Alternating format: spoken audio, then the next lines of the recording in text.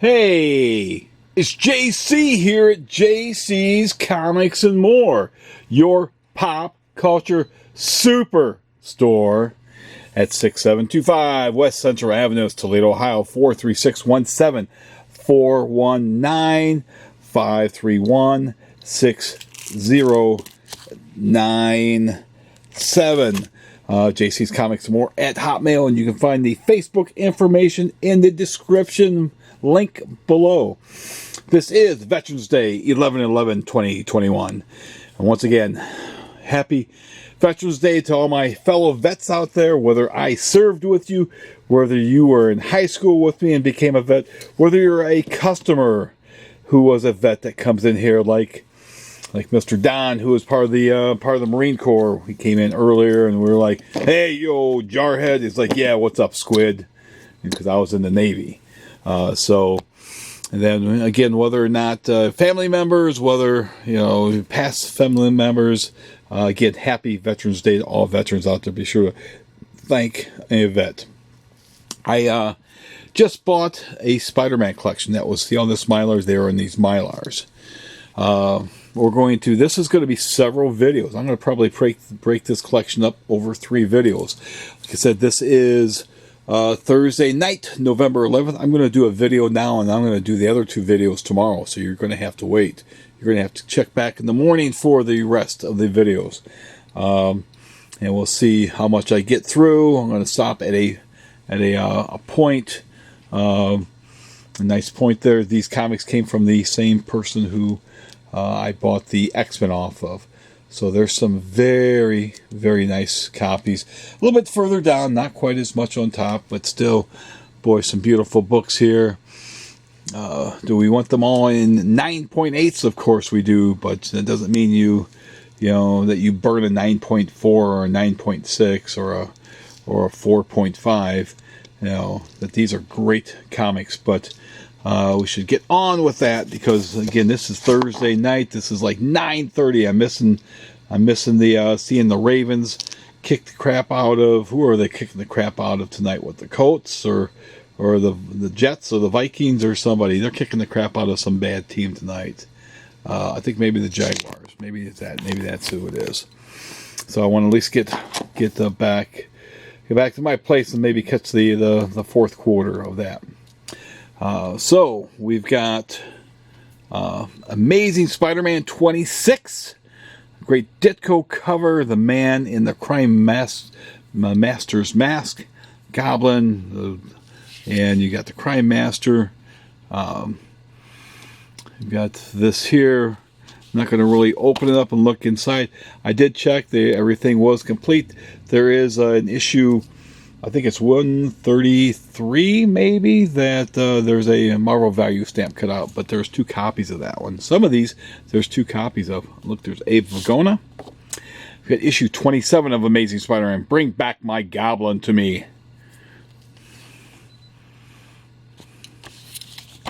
And it's going to take me a while to get these things priced up, but if you come in and you're interested in something, I can certainly price something out for you. Like if you're like, well, how much is that Amazing Spider-Man 68 or that 78? Or, I can price those out for you. But here's Man on a Rampage, number 32. Unfortunately, not missing 31, which was the first appearance of Gwen and Harry and Professor Miles Warren, but we do have 32. And there is some water damage or some staining on these here, and then missing 33 through 37, so no great classic 33 there, or the first appearance of the Molten Man, but we do have 38. This is Ditko's last issue, and it has just a guy named Joe that he takes on. Plotted and drawn by Steve Ditko. Little did they know it was going to be Steve's last issue. And then it jumps to missing 39 and 40, the Goblin issues. But we jump to 42, John Jameson, John Romita Jr. 42 is, of course, most famous for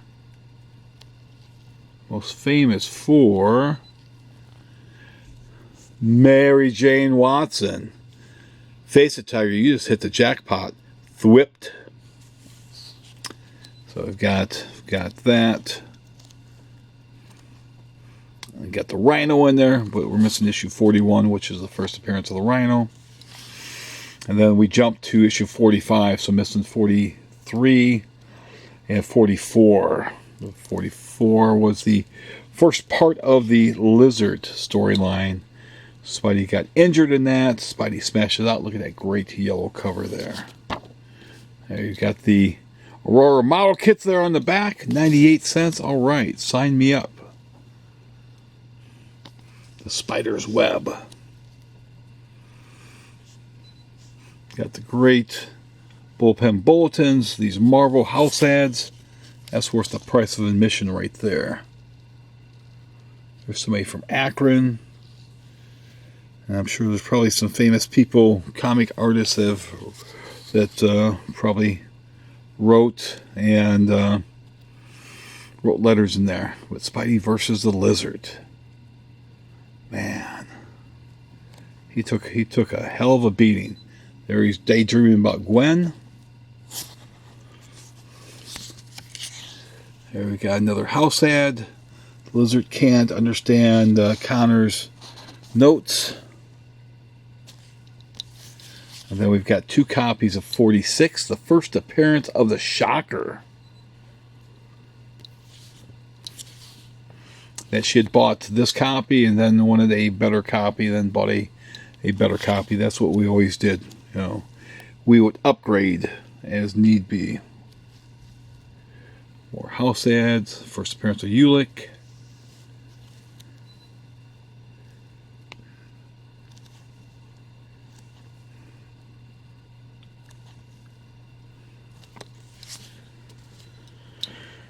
There's another number 46.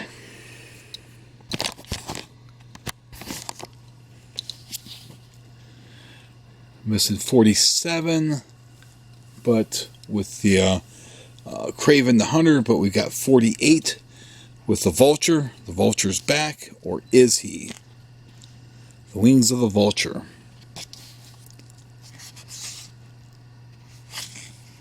Let's see here.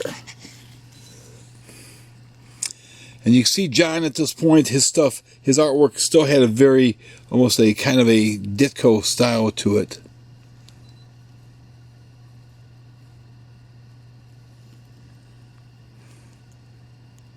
He wants to see Blackie.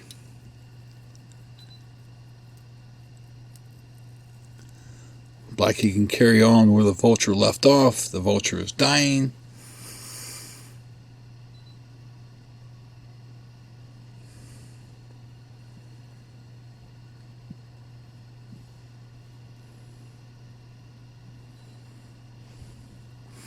Blackie Drago.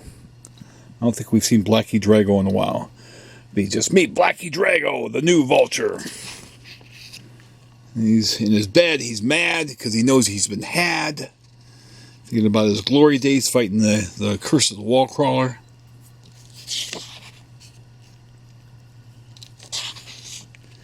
You got Gwen. Gwen's starting to get a little bit hotter looking. There he's got the wings on. He puts them on. There's no time to practice. I heard the rustle of wings. And he's getting into it. And then he's flying off. He's a quick learner.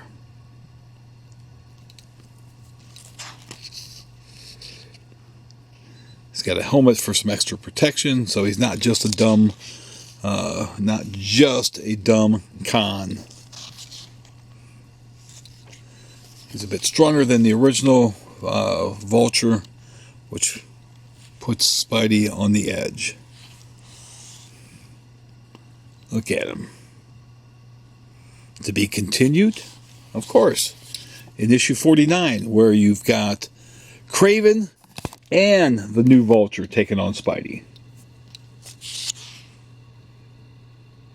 Because Kraven's still out there right now, too. Reintroducing Kraven the Hunter. Him and Kraven and beating the crap out of each other. And then unfortunately missing issues 50 through 53, so no first appearance of the Kingpin, and also first part of the storyline with Doc Ock. This Doc Ock storyline was so great back then, where he moved into the Peter Parker's room at Aunt May's house because she took on a boarder because she needed some money because Peter was living. Him and Harry Osborn got their own swinging batch pad at that time. Here's number 55. Doc Ock wins. And Spidey has amnesia, and Doc Ock tells him that they're partners, and he doesn't know any better.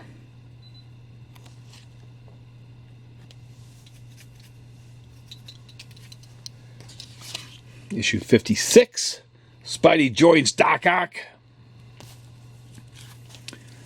And the wall crawlers, once again, he's proven J. Jonah Jameson correct. There they talk about Captain Marvel on the bullpen page.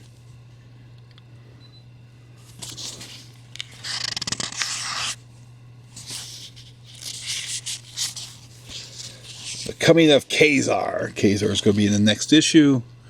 Doc Ock is trying to throw Spidey under the bus.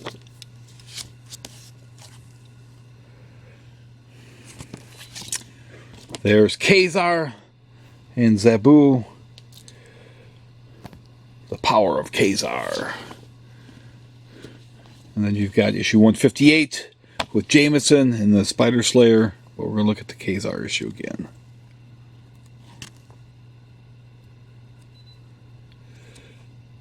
And Spidey still doesn't have his memory back. Jameson's trying to trick him.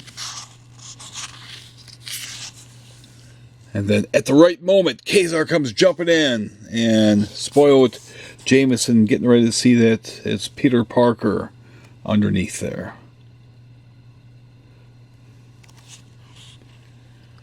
And this was John Romita and Don Heck.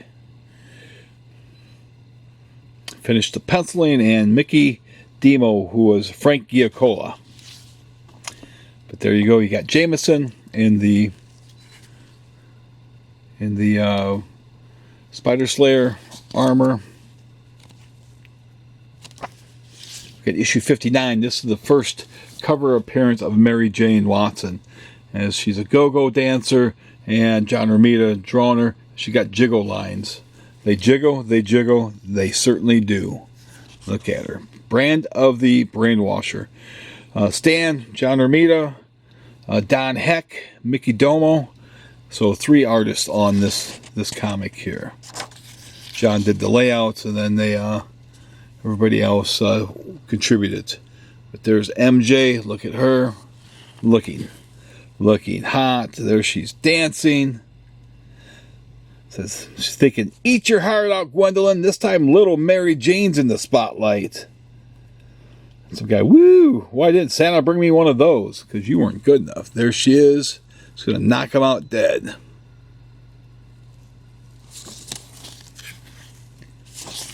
And the Brainwasher. There's MJ again. Spidey saves her.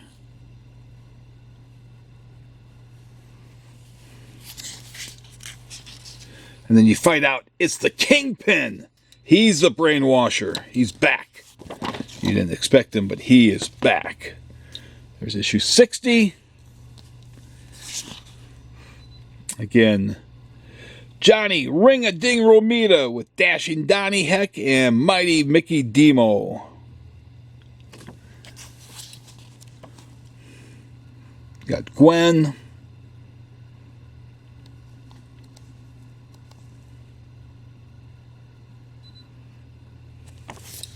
Issue 61. Gwen Stacy on the cover with Captain Stacy. Nice yellow cover there.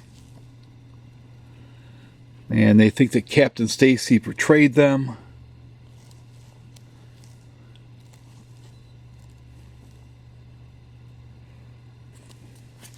Issue 62. This is with Medusa. I brought her. Got her away from the Sinister, or the Frightful Four. Make your way for Medusa. And she's on her own little air traveling craft. The Vulture flies again. 63. Vulture versus Vulture. The original Vulture's back. He's going after Blackie Drago. And he's had enough of his protege. He takes the wings. He breaks Blackie out of prison. Blackie thinks that they're going to be teaming up. Instead, the Vulture kicks his butt, man. Hey, Blackie, you get your ass kicked by an old man. Then 64, the Vulture's prey. Again, pretty nice condition there. We've got 2 number 65s, Mission Impossible. Jim Mooney helped ink this one here. Captain Stacy always protecting the wall crawler. Mysterio is the next issue, and he certainly is. Issue 66, The Madness of Mysterio, and issue 67 with Mysterio. Again, Don Heck, Mickey Demo, John Romita.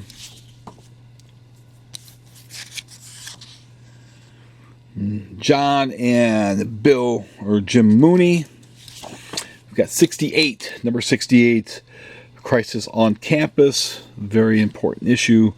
The Kingpin is once again back. The Kingpin with a thorn in his side. Shows the Kingpin working out. But this also is important because this features the first appearance of Joe Robinson. Randy. There's Randy Robinson. Joe's son. First appearance of that. 68. Mission. Crush the Kingpin. And there he's going. The Kingpin's going after the tablet. There's Spider-Man Wanted. Issue 70. And Kingpin's trying to put it that Spider-Man's his accomplice, his partner. So he's trying to return the tablet. 71 with Quicksilver. There's 72, once again, rocked by the Shocker. Brought the Shocker back. That nice black cover. And he's going after the tablet. There it is. And this is Big John Buscema, John Romita, and Jim Mooney. Look at Gwen.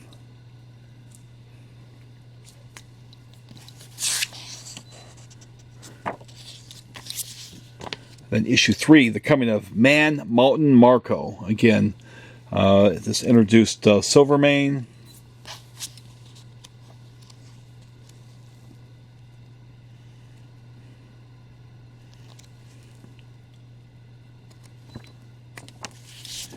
Issue 74, The Secret of the Petrified Tablet.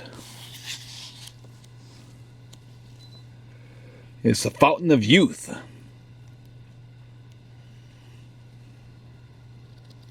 You've got Kurt Connors in this here. So if Kurt Connors is in here, then you know who's coming. But issue 75, Death Without Warning. At the very end, The Lizard Lives. This is again John Romita, Jim Mooney. There you go. The lizard lives. I think John Buscema comes back on. There it is. Big John Buscema. My copy I had as a kid was a coverless copy, so it was years before I saw what the cover looked like. But I didn't care because it gave me comic books to read, man. And then the Human Torch shows up at the end. Then we've got issue number 78 here. The Human Torch, the Lizard, and the Blaze of Battle. And then we've got 2 copies of number 78. This is the first appearance of the Prowler. Romita. This Prowler is created by John Romita Jr. Created it for his dad. That's where the Prowler came from. And you got John Buscema. And see, thanks to John Romita Jr. for suggesting the Prowler. It's almost too bad that John Sr. drew the cover, but he didn't actually draw the comic itself of the Prowler that his son was responsible for. Look at Gwen. You got these 2 bums getting mad at Peter walked in front of them, and look at him.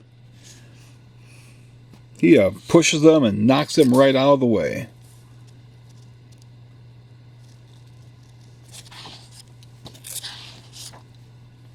Hobby Brown.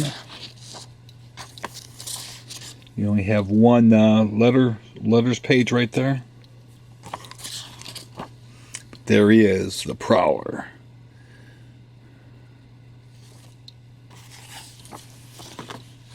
And the second appearance of the Prowler right there in issue 79, The Prowl No More. Again, John Buscema, Jim Mooney.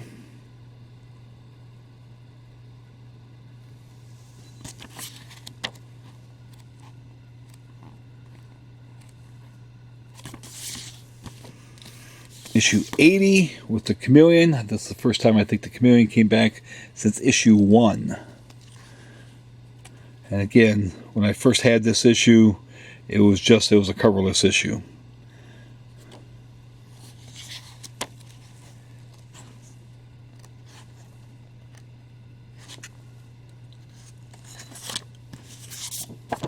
We're getting ready to come to an end here for this video. This is issue 81, The Coming of the Kangaroo. So the first appearance of the Kangaroo. Romita cover.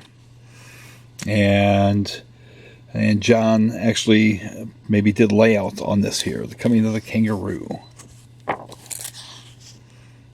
you can certainly tell the Jim Mooney inks. And then we'll end, I think, with one more issue. Get issue 82 with Electro.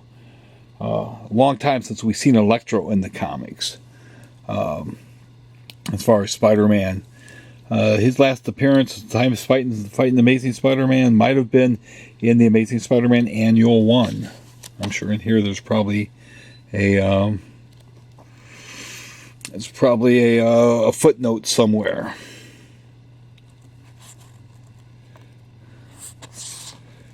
And John Romita came back for this here.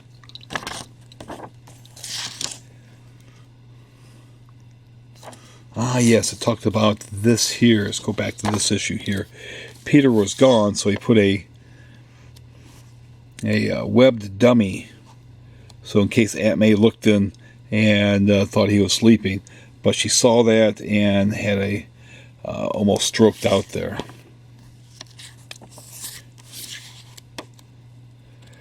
But let's see here. Spidey had to do his laundry, so he had to put a bag over his head. And there's Electro.